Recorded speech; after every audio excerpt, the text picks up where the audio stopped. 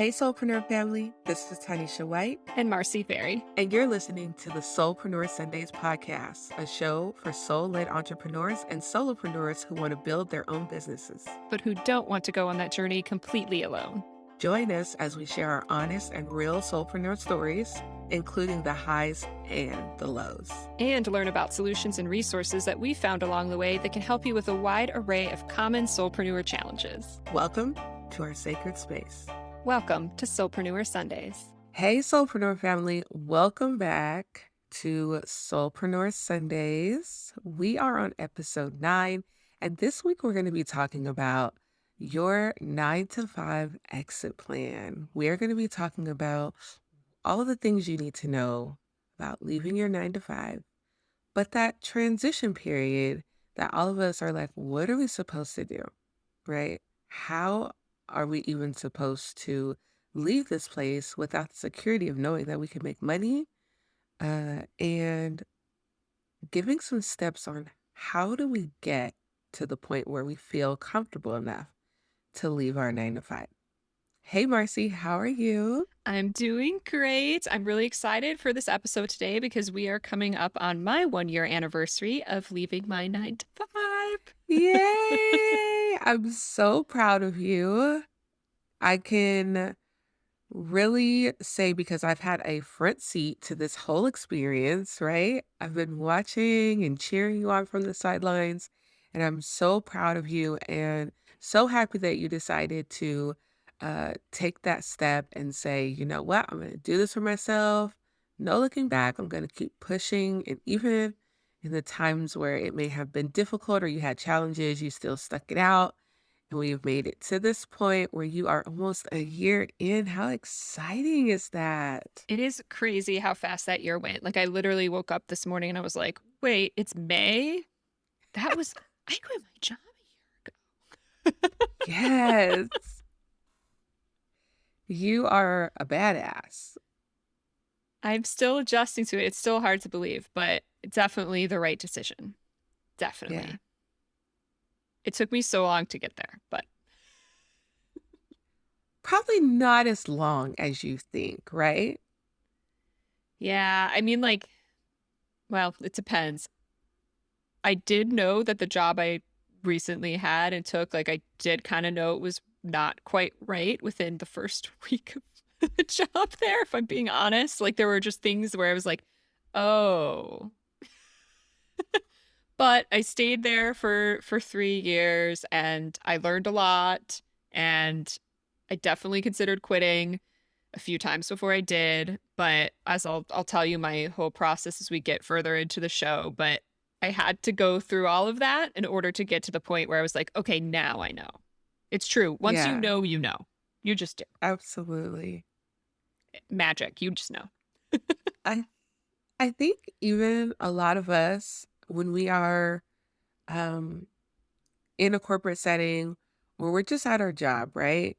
We get into this cycle of maybe going from job to job or just being in our job, and we kind of feel stuck, Mm-hmm. right? We feel like we're in that hamster wheel. We can't ever really get far enough ahead for it to make sense. Or something happens in our life that makes it feel like it knocks us back 5 or 10 steps. Yeah. And we're like, oh my gosh, like I'm never going to be able to leave this Yep. place. Um, and if you're anything like me, right? I used to sit in my car and cry Oh my before I God, went yes. into work. Been there. And I just knew, like, this is not for me. This is not what I see myself doing for the rest of my life. I cannot do this for another 20, 30, 40 years. I am going to go crazy Mhm. if I have to do this day in and day out, right? Yeah. So, as you were coming up to that point in your job where you're like, okay, enough is enough, right? Do you remember feeling stuck or like feeling like I have to leave this place right now? Oh, yeah. I mean, if I even look back over the course of my career, there were a lot of times in the different jobs I was in where I was like, I can't do this one more day. TV news was the worst. And going back to your story of like crying in the car before you would go into work, it was that way for me when I worked in as a television news journalist. And I had an attorney who helped me get out of my contracts there because you sign contracts when you're on air and when you're off air, to be honest. But I was trying to negotiate my way out. And he said to me, if it gets to the point where like you're driving to work in the morning and just like considering how you could just like slowly drift off the road and like, you know, not have to go in, Yes. like he said it much more eloquently than I did. But when he said that, I was like, oh, yeah, that's me. He's like, if you're at that point, you got to get out. Like, there's just no, you can't keep doing that to yourself. And I definitely felt that way more so with some jobs than others. As I got older and progressed in my career, I left television news and went to corporate and all these things. The frustration was maybe a little less. It wasn't quite as urgent, but there would be moments where I was like, yeah, that I can't do this for the rest of my life. It was more that angst. Like, is this it? Is this really it? There's got to be more, Yeah. right? And that it's so hard when you feel stuck, like you don't have another choice. And so I would job hop, I'd look for another job and try this and try that. And, that's what you'll see when you look at my resume. I mean, I stayed at places for 3 years or so at a time. There was one stretch that was 1 year, but that's what I kept doing. Like, okay, maybe this place will be better. Maybe this will be better for me. And by the time I hit the last job I was at, I was like, okay, I think I've tried enough.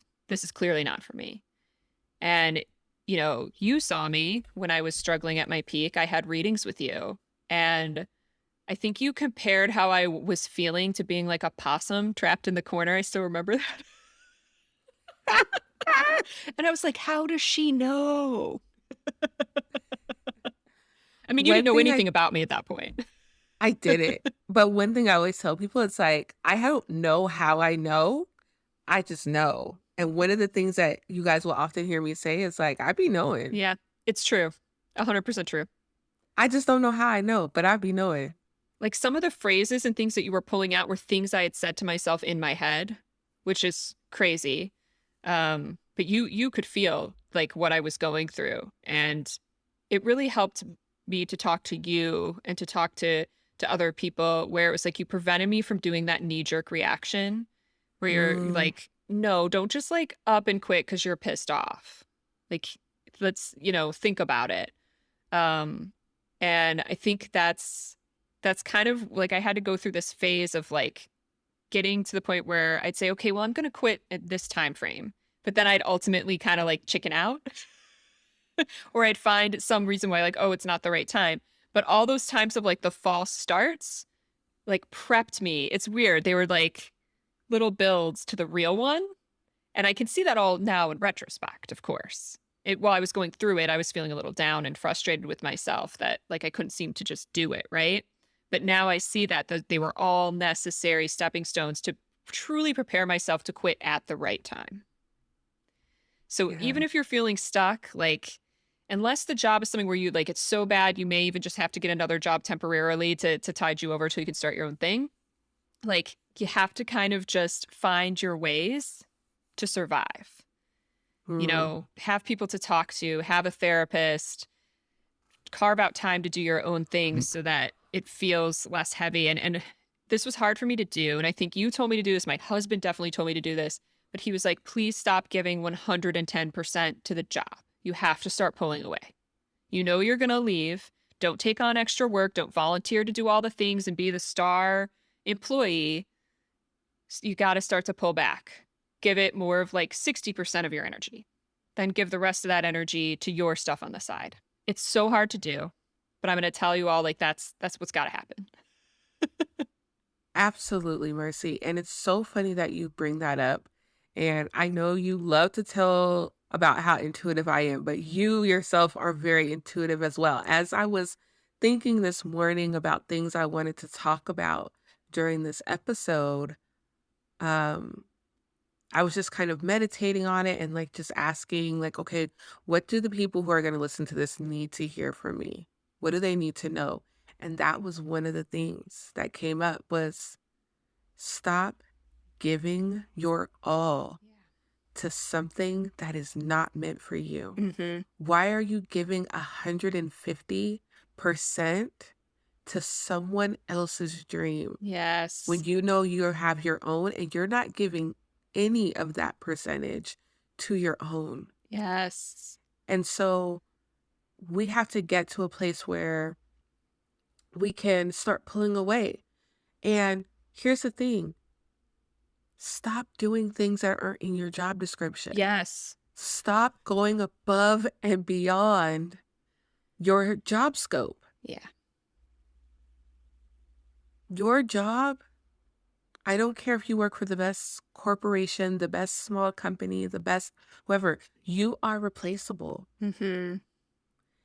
And you have to understand that you can't keep giving 150%, 120, 110% of yourself to something that sees you as replaceable, Yeah. that sees you literally as a number. Mhm. Start pulling away, especially if you know that you are going to be transitioning from your corporate or your 9 to 5 into something for yourself. Start focusing some of that energy into what it is that you need to do. And one of the best pieces of advice that I can give to anybody who's in that situation is stop doing things in your job that are not part of your job description. Yeah. Stop going over and beyond. Stop doing things that you're not being compensated for. Stop trying to be like the perfect employee. Do your job, Do your job and go but home. don't do anything more Yeah. and or anything less. Like when you leave that place, turn it off. Whatever's there, leave it there. Yeah. Like you said, do your job and go home. Mhm. Mhm. It's hard to do. I think for me, and I'm going to share this because there might be other people that this is a similar situation for, that with work, with jobs, you feel like you have something to prove a lot of times.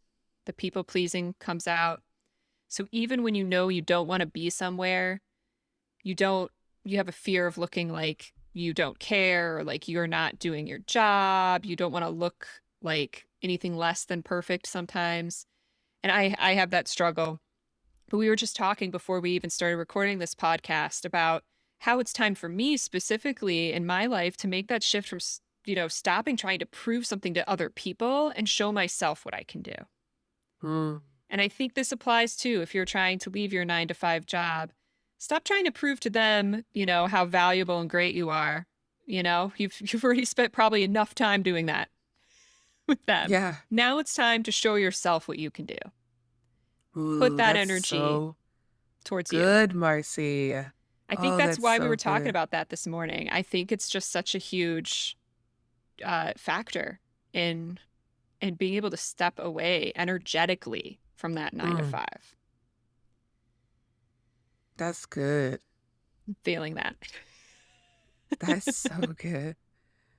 So let's talk about how you knew when it was time to go, because we talked about you saying like, I kind of had these False false starts. starts. Yeah, false starts where it was like, okay, I'm gonna quit today, right? Or I'm gonna quit next week, right? And all those things were building up to that moment. How did you know that it was truly time? Like Yeah. it was that time when it comes to Friday, this is gonna be my last day, right? You walk in there and you were like, I'm doing it today. That's it. How Yeah. did you know? Well, I have to laugh because I remember like some of my false starts where, I was out to dinner with my husband the night before. I was like, I'm gonna do it tomorrow. Tomorrow's the day. That's the day I set. And he's like, uh-huh, okay. You're gonna do it? You're gonna schedule, did you put the meeting on the calendar with your boss? I'm like, no.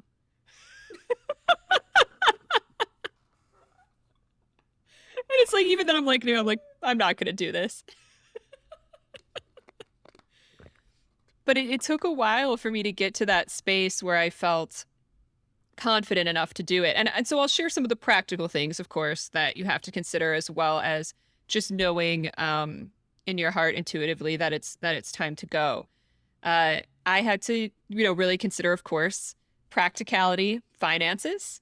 So I had to look at what I had coming in, what I had saved up, what did I still need to do or purchase or buy for myself. So like I did my whole yoga teacher training before I quit, since that was an expensive, that's an expensive cost, unfortunately, for a 200-hour training. That's a whole other debate we can get into. But I had to have that money, available to me. I bought the courses that I wanted to take, and I worked on that on the side of my job. And I started taking on clients on the side of my job, which was tough. I was working a lot, like really long hours. But fortunately, it was like right when the pandemic hit. So what else was I going to do? Like, where was I going to go? I was in the house. So I just made that effort then to start building so I could show to myself, I can do this. And at this first, or well, I guess this was my second false start. When I was going to quit, it was going to be actually at, a very busy season for the job I was at. And I'm glad I waited. I ended up saying, you know what, I'll help them through the busy season. And then after that, I'm going to quit. This will be kind of like the last hurrah. And I'm glad I did that, because I think if I'd left right before it, it actually would have been more stressful for me, because I would have had to rush to prep and prepare someone else for the job, since it was a really small team. I think energetically that would have been so draining for me. And it ended up like making it so that I could end with them on a better place. So by the Ooh. time I did quit after that busy season ended, I was able to just put the meeting on my boss's calendar. I did it. And I was able to just calmly say, okay, well, I've been feeling this for a while. I wanted to make sure we got through the conference. We got through everything busy, and like now we're in the slow season. And so now I want to let you know that I would like to move on. And so we kept the conversation open. I didn't give a 2 weeks notice. It was like a 2 month notice, but that gave me the time to then wind everything down. I left really thorough instructions, was able to train the next person. And that helped me, because they did hire me back for freelance jobs after that, because I closed it out on good terms, rather than, I got so pissed off one day and was like, I'm out. you know, as much as that would have been like a fantasy of mine at many points, it just wasn't the way that was going to sit well with me overall, like long over time. So I'm glad I ended up doing it the way I did. Long So, story, but Marcy, but what about our soulpreneurs, our solopreneurs, our soul tribe that is literally at their breaking point and something happens and they're like, I'm out. I almost did that so many Throw the times. papers, I almost did it, but right? yeah, it's so tempting to do that. What movie was that? He was like, F you, you're cool. I always think, for some reason, when I think of like office frustration and office working frustration, it's Office Space for me. Like when they're just beating that fax machine, and I'm just like, yeah, that darn fax machine. Yes. So, what advice would you give someone who's literally at their breaking point and they're like, man, forget it. Yeah, I quit. I'm done. I yeah, can't do this anymore yeah, because they don't have 2 more months of energy yeah, left. They are done. yeah. And I have been there. I've left my TV news jobs. Some of them I left rather abruptly. So I have been there. But even then, I made sure like I had myself covered. I, gave the proper like, notification to my bosses, if you want to call it that. I notified them. And I think if you're at that point where the job is so bad, as far as whether or not it's time to start your own thing, so you've got a couple of options, right? You could have enough money saved up. You do know what your next steps are. You can feel comfortable for a little bit. Maybe you have a partner who can help you out, someone who can help you out. Then it might be the right time to just go ahead and go hard into your business. But if you're at a point where you still have the anxiety about, I need more money coming in to prepare, I think at that point it's time to then look for another tied over job. Maybe it's something part-time even. I did that for a while, where I was like looking for part-time jobs just to see like, okay, could I have a little something coming in, right? While I start to build. And that usually is like a really nice option, because it gives you that comfort of like, well, I have something coming in. And like it could be anything. It doesn't even have to be in the field you were in before. Like I did a stretch where I worked retail so that I had some money coming in, and then I went to grad school. Like you can do whatever that helps you get by in that time. So looking for that type of thing always helps. If you need to absolutely stay where you're at until you're able to leave, that's when, like I said, you should definitely find a therapist, find a support system. For me, getting through a lot of what I had to get through in that last year or so of my job, pulling on different resources to help me just stay level emotionally, energetically. I was seeing a yoga therapist. I was doing a lot of exercises to meditation to help me get through that. And it was still tough. It was still a pain in the ass. I'm not gonna lie. I still woke up on days being like, why do I have to do this? But looking back, I'm glad I toughed it out and got where I was. But remember, part-time jobs, other things like that, if you've got to do it, do it. Whatever will help you get where you need to go. Yeah. And sometimes we just got to think outside of the norm, think outside the box, think of different ways. And now, in the time that we're in, and there's so many gig jobs that you can do Yes. now to help you supplement income. If you just can't take it, especially if you're in a situation where you are being like verbally Yeah. abused at your job, or you are at a point where you literally just cannot mentally, physically, Hmm. emotionally take it anymore, Yeah. look into your options and see what you have in your area that's available to you that can help relieve some of that. Because to be honest, I don't think that we can really go into um our business with such a heavy Yeah. brain and such a heavy responsibility and a heavy burden when our job is depleting us. Yeah. It's hard to do that. Yeah. It's so hard to come home and feel, you know, okay, finally I'm out of that place, right? And so now my anxiety might go down a little bit because I'm home now, right? But I'm already anticipating my anxiety for Yep. tomorrow, right? I'm already thinking about the conversations I'm gonna have to have tomorrow, Yeah. or seeing the emails come in on my phone is triggering me, Oh, that was me. right? And so even when you're not there, you're still there. Yeah. And I'm asking Marcy these questions because I am not, let me repeat, I am not the person to ask about this because I was raised by an entrepreneur. My my grandmother was like, "You don't let anybody tell you about what you gonna do, job or not. They tell you to do something you don't want to do, take your ass home. You quit. Bye. Absolutely not." I remember my grandmother having one job my entire life, like an actual job where she had to fill out paperwork. And it was just literally something for her to do because she was bored, right? She was like in her 70s probably at the time. And we had moved to another state. And there was a movie theater that was literally on the backside of our development. She's like, "Oh, I'm going to go over there and I'm going to get a job." And, Imma just like it was like she's like, "I'm just gonna take tickets at the door and, like, greet people, no big deal, I'm just gonna do that." And I kid you not, it was, like, the 2nd day that she went there to work, and they told her to clean the bathrooms, and she Oh was like, no. "Absolutely not, and Hmm. this will be my last day." And she just walked her happy butt right back home, was like, "Absolutely not, I'm 70 I something years love old. that. I will not be cleaning anybody's bathroom. Good day, sir." I'm there with you. Yeah. No. So, I mean, at her age, she just knew, she's like, "I'm not doing that. First off, like, I'm too old." Right? But I think about that in the aspect of, like, you have to know what your boundaries are and what you are Yeah. willing to do and what you're not willing to do. Yes. But the time we live in now, there's so many opportunities that are out here and available to us. We don't have to do anything that is not serving us, anything that is not helping us, anything that is not moving and pushing us forward. We don't have to.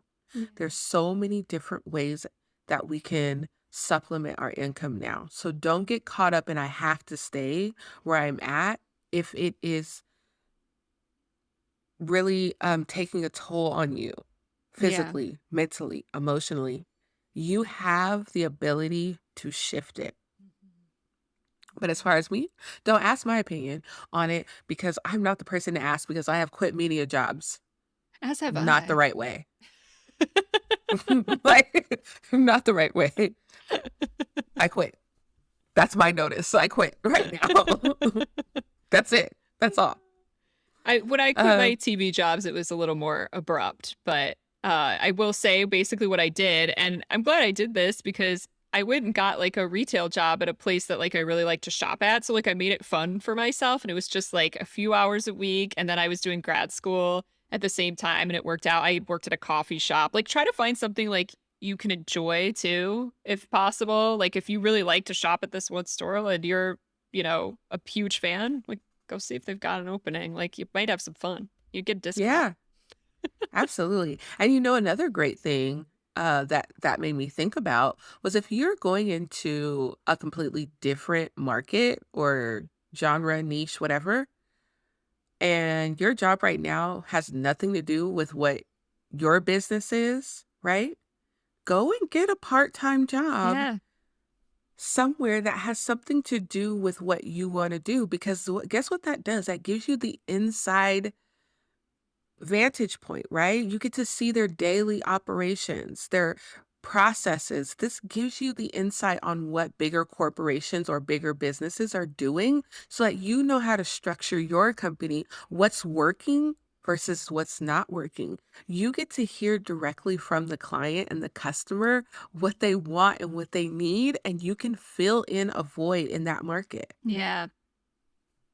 It's so true. Even just, yeah, finding something that's loosely related to what you want to do. Yeah. Like, and it's interesting how that can just help you, even if it's not related to what you're doing, it just helps you shift that perspective, that energy. Like for me, just being around and interacting with people, doing like like coffee shop, like getting to know people's orders, like getting to know their routine. Like it's kind of fun and kind of interesting to see. And like even when I worked retail, it was fun to like somebody had a job interview, so I was helping them find like their stuff and just getting into like a different space was kind of fun for me. And then I was able to focus better when I came to do my other stuff. Yeah. Oh, I like that. Just like That's a so little good. I've shift. I've never liked having jobs ever, ever, which is really strange because I have a really great work ethic. Like my work ethic is superb, if I say so myself. I will work from sun up to sundown if I have to get things done and accomplished. But I never enjoyed having a job, ever. Not once. There's not been a job on this earth that I said, "Ooh, this is fun." Never. Have you seen those reels where they're like, um, I don't dream of labor or something like that? I resonate with that. I never I don't I have no desire to work. For me, I could trick myself for long enough that I like something, but eventually reality hits. Eventually, the reality of like somebody telling me what to do or like an annoying customer, an annoying, like, Exactly. boss. It just takes the one little thing, and then I'm like, the bubble or whatever is broken or burst. Yeah. Then I'm like, oh, yeah, this is just like every other. I mean, if you look at my resume and all the different stuff I've done, like you could tell I like tried. Like, okay, maybe this. Oh, maybe this. Yeah. Maybe this. Yeah. No, none of them. None of them. That's me. My resume is all over the place, right? So let's give our soulpreneur family some tips, some things that they need to do to prepare to leave their job. What are some things that they need to have in line in order to create an exit strategy Yeah. or plan? What's the number one thing that you would suggest that someone have ready on deck to go before they can leave their 9 to 5?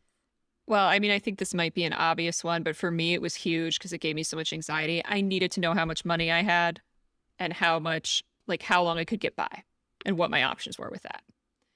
So, a huge part of my planning process was just even meeting with an accountant, which I know is very dry and boring, but I had talked to people in my family.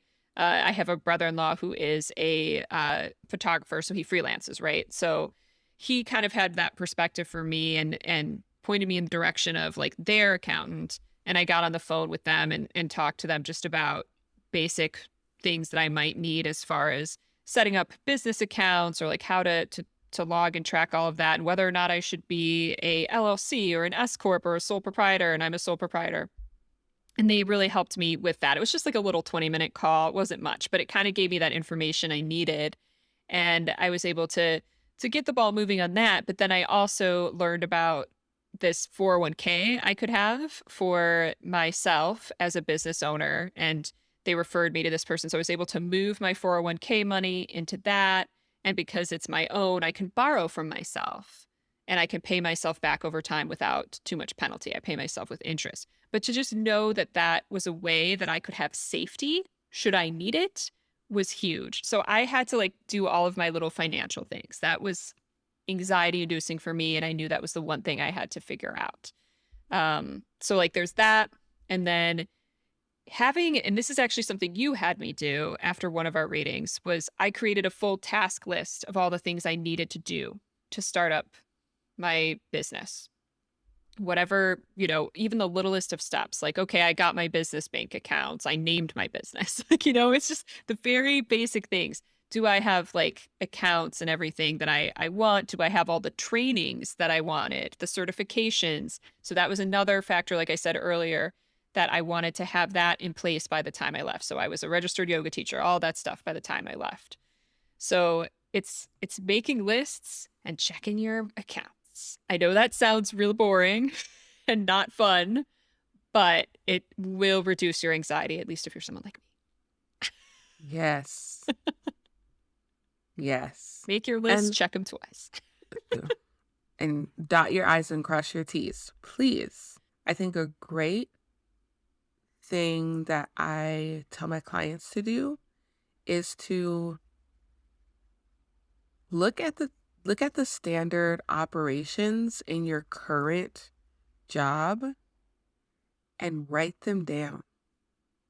Have a clear image, notes, notebooks, whatever you got to do, right?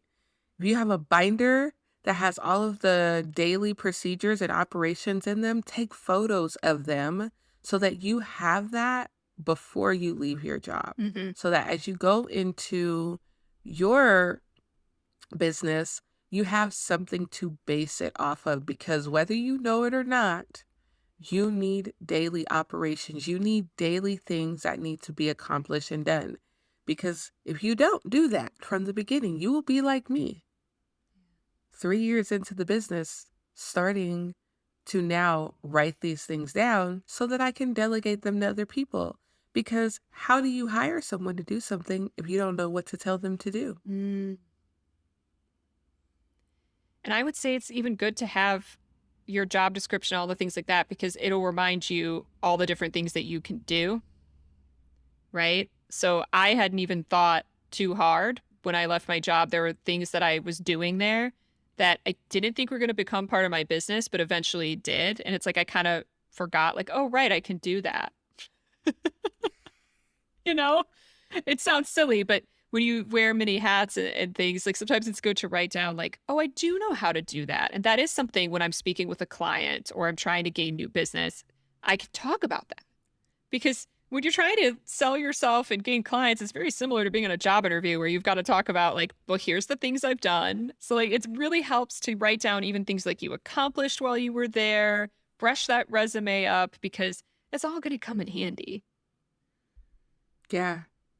And there's been a few times in this process, Marcy, where I'm like, you know how to do that. And you're like, oh yeah, I did that at my job. And I'm like, what, girl? If you don't use those skills and make you some money, honey, like, girl, come on. And you're like, yeah, I just never even thought about that as something I would put in my business. Well, yeah, because at the time I was pissed off I had to do it.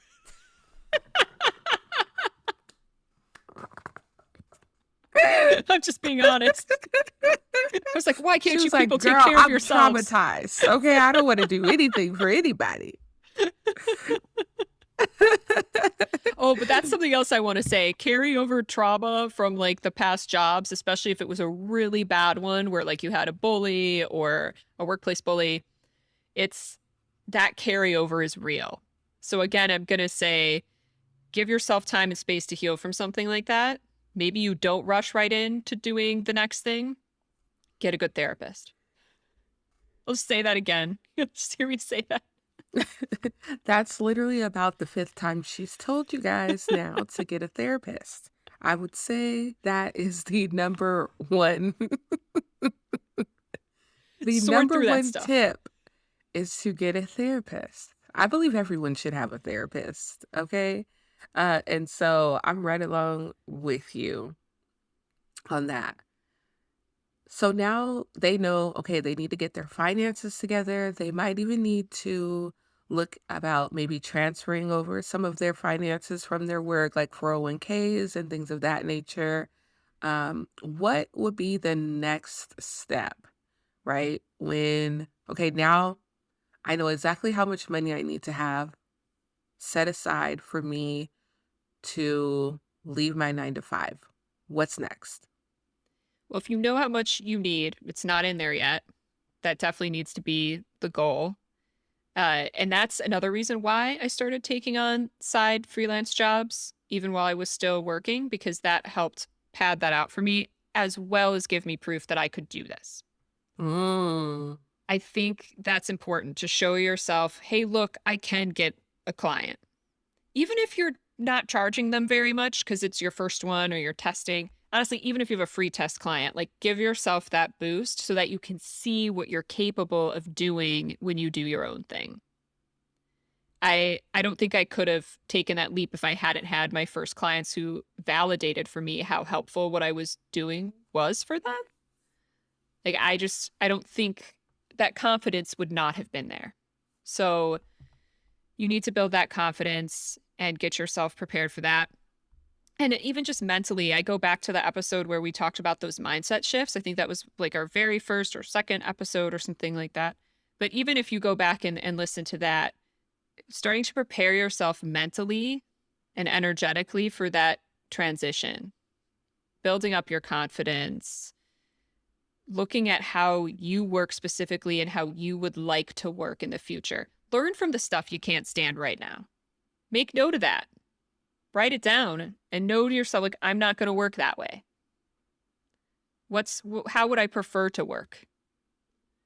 Just start to notice these things as they come up so you can start to build the foundation for your business in a way that's actually going to work for you. Because a lot of times we just copy exactly what we were doing before. And I'm guilty. I did do this to an extent. Copying what you did in your jobs because you knew it was already a successful formula or model. And then you end up just kind of creating a job for yourself, right? So be aware of what actually feels good to you. And then if it doesn't, what would feel better? Write that out. Make a voice note. Anything. Just make sure you note it. yes. Write it in your journal. Make sure you keep track of that for sure. Mm-hmm. Oh, and something that I know, Tanisha, you would say, I will say this is the one thing I regret not fully doing before I left. Start building your community. I mean, I did it to an extent. I built my connections to find clients and I did it on that level. I didn't successfully do it as far as like my social media, like having a bigger presence. I didn't do enough of getting my feet wet with that. And it's something I'm still in retrospect now trying to struggle to build because now I'm busy running my business. So I'm not putting in that time. And I wish that before I'd left, I'd put more time in getting like the basics of my stuff out there, just starting to have my voice be heard. Even if it's just light posts that don't directly sell anything or relate to like necessarily relate directly to what you want to do, but like to start building that community on Instagram or wherever you're going to be, I think give yourself a little bit of room to do that. I wish I had done that. Absolutely. And I'm all about the community aspect. And here's the thing when you are in the beginning, I don't tell my clients to sell anything. Your community, your audience isn't even ready to buy from you yet. So, building that community and positioning yourself as a go to person in your industry is actually the thing that you should be doing. You shouldn't be selling to them because they're Yeah. not ready to buy You don't from you. have a product yet or a service. Yeah, it's okay if you don't have your service, you don't know what you're going to sell, you don't even know who your client is yet. That's okay. Actually, that's better that you don't try to sell anything and you're just building. Yeah. You're building a community, you're building that audience because what you're doing is you're saying, hey, here I am. This is what I know. This is what I have to share. This is the space that I'm creating. But what you're giving your community the chance to do is to get to know you, to see if they like you, to build trust with you, right? And you take them on the experience of what you're going through, and that gives them the opportunity to resonate with you and your story, right? And Marcy, you are so big on stories, Yeah. right? But it's just letting them become a part of your story, letting them hear and understand how you got to this point and where you're trying to go. So then when you do launch that website, when you are ready to put out and launch that product or that service, you actually have people who are willing and ready to buy. So then when you're launching, you're not launching to crickets. You're not like, Yeah. oh my God, I have to go get a job, I mean, that's right? what happened to me. I was like launching to crickets and it can like hurt your confidence. So the more you can build that before you leave, the better. And it takes Yeah. the pressure off too, because then once you've already left and now you're trying to make money, now all of a sudden that becomes your focus when you're posting. It's like you start to come from, we've talked about this, like a more scarcity mindset. Mm-hmm. So if you can avoid that at all, I would definitely advise it. If you're like me and you did it a little too late, it's okay. Like we'll get through it together. You still got time. It's still possible. But if you know and you're making a plan now, I'd make that one of the things in your priority list. Yeah. Start sharing that story, start sharing who you are, start using your voice now. Yeah. And it doesn't matter what social channel you choose. Use the one that feels right to you. So if you are a person who likes short form video, hop your butt on TikTok. Yeah. Okay. If you like to just be you and get on and not have to be in full hair and makeup all the time, baby, TikTok loves that. Okay. Get on TikTok. If you're someone who's maybe a little bit more structured and you are okay with doing hair and makeup and being camera ready, maybe your platform is YouTube. You want to make more long form, informative or inspiration or funny, right? Entertaining videos. Get on YouTube. YouTube is it's what, like the second largest search engine? More people go to YouTube than most any other search engine in the world. How many things have you taught yourself how to do from the University of YouTube, right? Um, and so there's so many different ways that you can use your voice and do the thing that works for you and what you like to do. You don't have to be on Instagram. You don't have to be on Facebook if you don't want to be. But if you like them and you enjoy them and that's where your audience is, those are the people that you're resonating with, do those things. But build your audience first. Build your community first because you can have the best product in the world, but if you don't have anybody to sell it to, Yeah. And that it's could nothing. be a downer when Mm-hmm. you have that. Been there. Yeah. So I definitely think that's one of the big things that I wish I had done.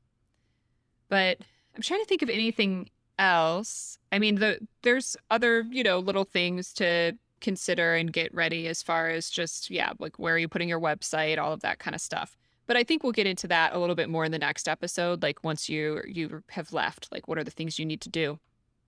There's, you could start any number of things in advance and you could also not and still be totally fine. This is just one of those. if we could go back and do it perfectly kind of thing, this might be what we Yeah. do. If you do like 2% of this, like, cool. Right.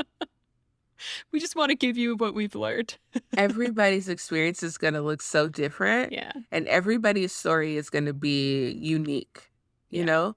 And so, wherever you are right now, right? Wherever you are in your journey to a solopreneur or soulpreneur or just starting to have the ideas, right? Because maybe you're not even to that point yet. Maybe you're just starting to have the ideas and the concepts, or you just have the desire to want more. Start where you are, and that's okay. There's not a right or a wrong way to do this. There's not a right or a wrong way to um, transition from your job. It's going to look unique for each and every person, but do what feels good to you and don't stay somewhere where you know you're not happy, where you know that you're not fulfilled and you know that is not aligned with who you are and what you came here to do. As a soulpreneur, you know that there is a calling on you. You know there is something in your heart that keeps tugging and pulling at you to do more, to create an impact in this world. You may not even know what that is yet, but you know that there's something more than getting up every day and clocking in and clocking out and not having that fire lit up inside of you. So, however you have to make that happen, do that, because you don't want to spend the next 20, 30, 40 years not doing what you came here to do, not creating the change and the impact that you came to this world to create, right? Yes. Yes. And that's something I hadn't considered too, where if you don't know yet what the business is or the thing that you're going to do, and if that's the place you're in, that's totally okay. I mean, I had false starts with that too, where I thought I was going to start this business, but then I couldn't quite see it, right? So that was part of my false starts. And if you have that happen to you, just know that if you keep looking, again, looking at what you like to do, what you don't like to do, what you like about your jobs, what you don't, like, eventually there will be this process of like you being a little bit like a sleuth and figuring it out. But you have to Yeah, give yourself like that room and that time. absolutely. I love that. That's so good. Do a little That's so good. investigative work on yourself. Absolutely. Like sometimes the only way for you to figure out what it is just to start doing something. Sometimes you won't get the initial thing. And to be honest, a lot of businesses don't last our lifetime. Yeah. As a as an entrepreneur or a soulpreneur, you will more than likely have multiple Hmm. businesses in your lifetime. Totally. And that's okay. Don't think that you have to have that one thing right now and that it's going to last forever, because more than likely that's not going to be it. You're going to grow and evolve and change. And what you do will also grow and evolve and change. I think that's all we got for this one. Yeah. I can't wait for us to go into this next phase, right? Talking about an even deeper look into this soulpreneur journey. This was really good insight for our 9 to 5ers. Yes. Yes. I hope that even like a little nugget of something in this helped you. Just know that you're not alone in the drudgery that is your 9 to 5. And it's okay that you don't like it. Yeah, It's okay. There's nothing wrong with you. It's exactly. totally okay. Oh, I love this. This is so good. Send this out to a friend. If you made it this Yes. far, send this out to your friend, your family member, your anybody who you know that is in their 9 to 5 and you know they want more, or they hate their job, or they're trying to figure a way out. Send this to them. Share it.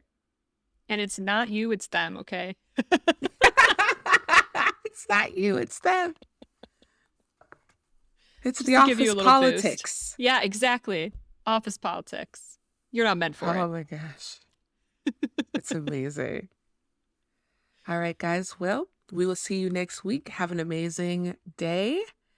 And we cannot wait to see you again on next Sunday. Yes. Goodbye, everyone. Have a great week. Thanks for joining us for this episode of Soulpreneur Sundays. We hope you learned something new and feel comforted and inspired by what you heard. We'd love to feature your comments, questions, or stories in future episodes. So be sure to leave us a note and let us know about your business and what you'd like to hear more about. To make sure you get notified of new episodes, subscribe to the podcasts on your favorite podcasting platform and on YouTube. You can also follow us on Instagram at Soulpreneur Sundays Podcast. And you can find both of us on Instagram at Tanisha White and at The Mystical Fairy, with fairy spelled Farrey. Join us again next Sunday for a new episode. Thanks for listening.